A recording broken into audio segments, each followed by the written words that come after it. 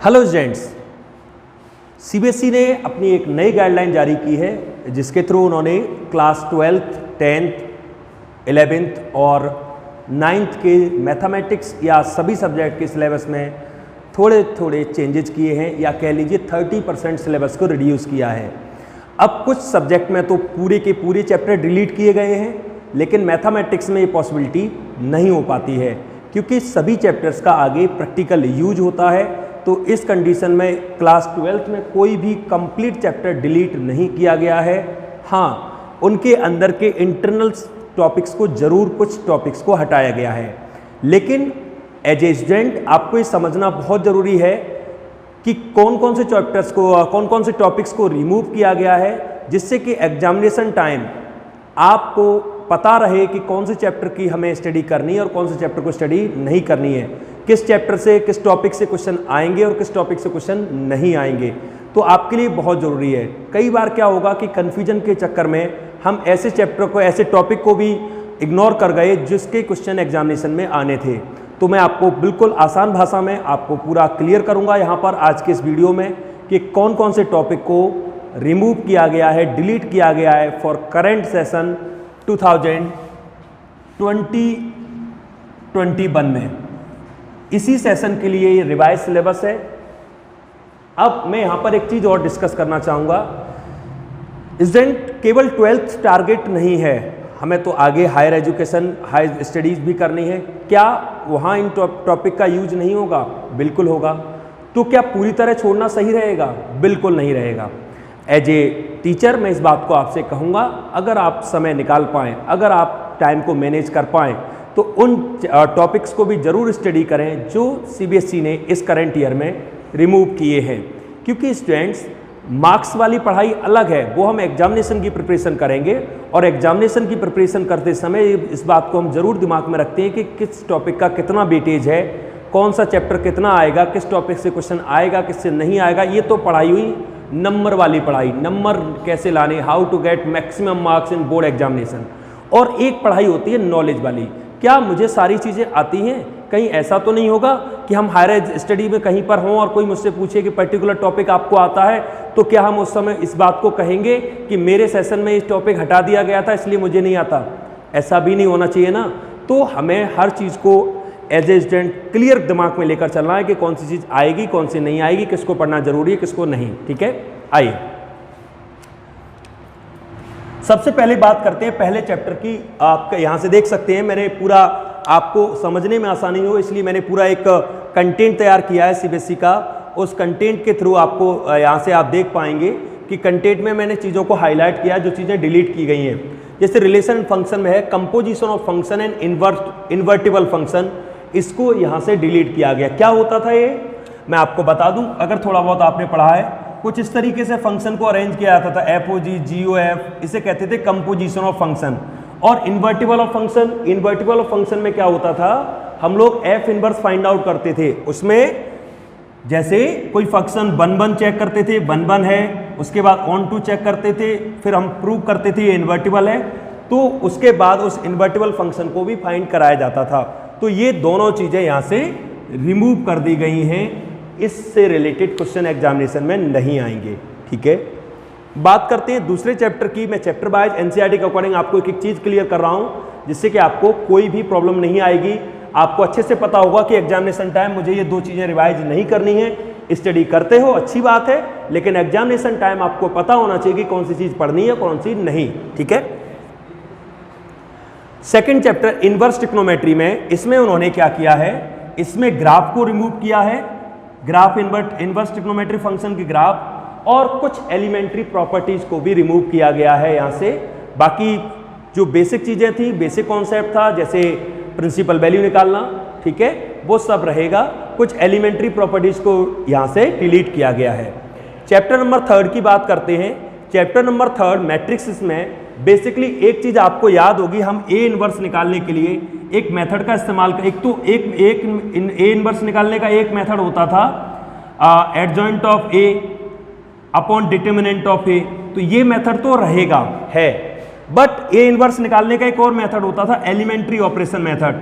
तो elementary operation method को यहाँ से डिलीट किया गया है। इस करंट ईयर में एलिमेंट्री ऑपरेशन मेथड यहां पर नहीं आएगा। क्लियर है? चैप्टर 4 की बात करता हूं, डिटर्मिनेंट की। डिटर्मिनेंट में सब कुछ रही रहेगा, इक्वेशन भी सॉल्व करनी है, एडजॉइंट भी निकालना होगा, एरिया ऑफ ट्रायंगल भी निकालना होगा। लेकिन देखो मैंने हाईलाइट किया है, प्रॉपर्टीज ऑफ डिटर्मिनेंट वाला टॉपिक नहीं आएगा। आपको पता है कि कुछ ऐसे क्वेश्चन आते थे जिसमें हमें कहा जाता था कि by using the properties of determinant prove that, like इस तरीके का कोई भी डिटर्मिनेंट हमें यहाँ पर दिया है, A B C, A plus B, B plus C, C plus A, और यहाँ भी कुछ हमें दिया गया है A square, B square, C square, और कुछ यहाँ पर प्रूव कराया जाता था और कहा जाता था कि भाई using the properties of determinant इस तरीके क्वेश्चन को सॉल्व करिए। तो ये कॉन्सेप्ट यहाँ से कट हो गया है। चैप्टर नंबर 5 की बात करते हैं, कंटिन्यूटी एंड डिफरेंशियबिलिटी में।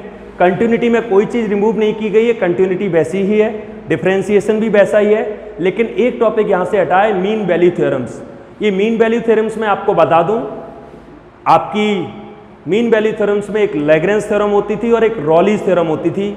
इनके जो प्रूफ होते थे और इनसे रिलेटेड जो क्वेश्चंस होते थे उनको यहाँ से रिमूव किया गया चैप्टर नंबर 5 से। Chapter number 6 application of derivative की बात करें तो एप्लीकेशन ऑफ डेरिवेटिव में दो चीजें यहाँ से हटाई हैं। एक तो rate of change of quantities. Rate of change of quantities क्या होता था, जैसे अगर कहा जाता है कि dr/dt किसी स्फीयर की रेडियस 2 सेंटीमीटर पर सेकेंड से रेट चेंज हो रही है तो वॉल्यूम किस रेट से चेंज होगा। तो इस तरीके के क्वेश्चंस को हटा दिया गया है। पूरी एक एक्सरसाइज थी आर डी शर्मा में, आर डी शर्मा में तो पूरा एक चैप्टर था और एनसीईआरटी में एक्सरसाइज थी, हटा दिया गया है। और इसके बाद इसमें एक टॉपिक और हटाया है, अप्रोक्सीमेशन। अप्रोक्सीमेशन और एरर आर डी शर्मा में कंप्लीट चैप्टर था। इसमें क्या होता था, इसमें स्टूडेंट आपको cube root, square root, log की वैल्यू, टिक्नोमेट्रिक वैल्यू, एरर्स को फाइंड करने थे with the help of differentiation. जैसे मान लीजिए 28⁻2 है, इसकी वैल्यू को फाइंड करना था बाय यूजिंग डिफरेंशिएशन। तो इस टाइप के क्वेश्चंस को यहाँ से हटा दिया गया है।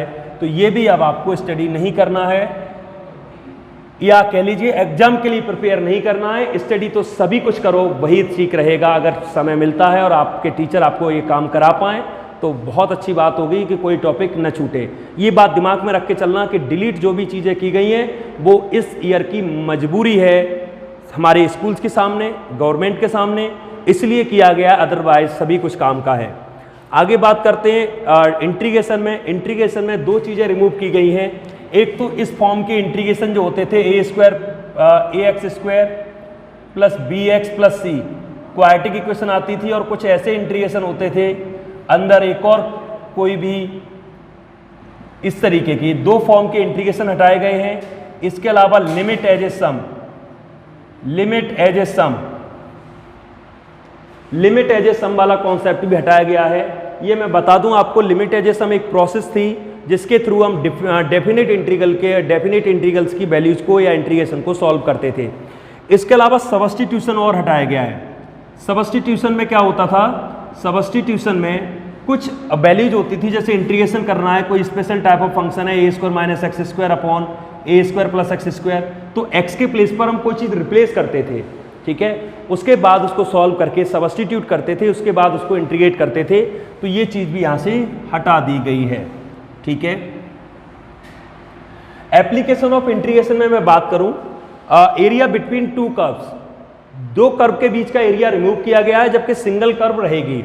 सिंगल कर्व जैसे मान लीजिए एक सर्कल है और सर्कल का एरिया हमसे पूछा गया, इस सिंगल कर्व का क्वेश्चन माना जाएगा। मान लीजिए हमसे कहा गया कोई पैराबोला है और पैराबोला से कोई लाइन पास हो गई, तो ये भी हमारा सिंगल कर्व क्वेश्चन बोला जाएगा, क्योंकि एक स्ट्रेट लाइन इंक्लूड हो गई है और कर्व सिंगल ही है। कंफ्यूजन नहीं होना चाहिए, कोई सर्कल के साथ ये हो सकता है, लेकिन हाँ कुछ ऐसे क्वेश्चन हुआ करते थे जैसे सर्कल के साथ पैराबोला अटैच हो जाता था, फिर वो इस तरीके का एरिया पूछते थे। तो ये चीज़ें यहाँ से हटा दी गई, क्योंकि यहाँ पे टू कर्व शामिल हो गई हैं, पैराबोला और सर्कल दोनों कर्व लाइन है। तो इस तरीके के क्वेश्चंस को रिमूव किया गया है। सिंगल कर्व के क्वेश्चन आएंगे, डबल कर्व के क्वेश्चन नहीं आएंगे। इसके बाद डिफरेंशियल इक्वेशन में दो चीज़ें हटाई गई हैं। पहला तो डिफरेंशियल इक्वेशन फॉर्म करना, फॉर्मेशन ऑफ डिफरेंशियल इक्वेशन, और दूसरी चीज़ है एक लीनियर टाइप इक्वेशन होती थी dy/dx + px = q। इसमें हम लोग इंटीग्रेटिंग फैक्टर निकालते थे e⁻p dx से, और फिर उसका एक जनरल सॉल्यूशन होता था और उस जनरल सॉल्यूशन को हम कहते थे by into I F bracket Q into I F और डी एक्स। तो ये पूरी एक लीनियर इक्वेशन हुआ करती थी, उसको हम सॉल्व किया करते थे। ये पोर्शन भी हटा दिया गया है, यानी कि टोटल डिफरेंशिएशन इक्वेशन थी 3।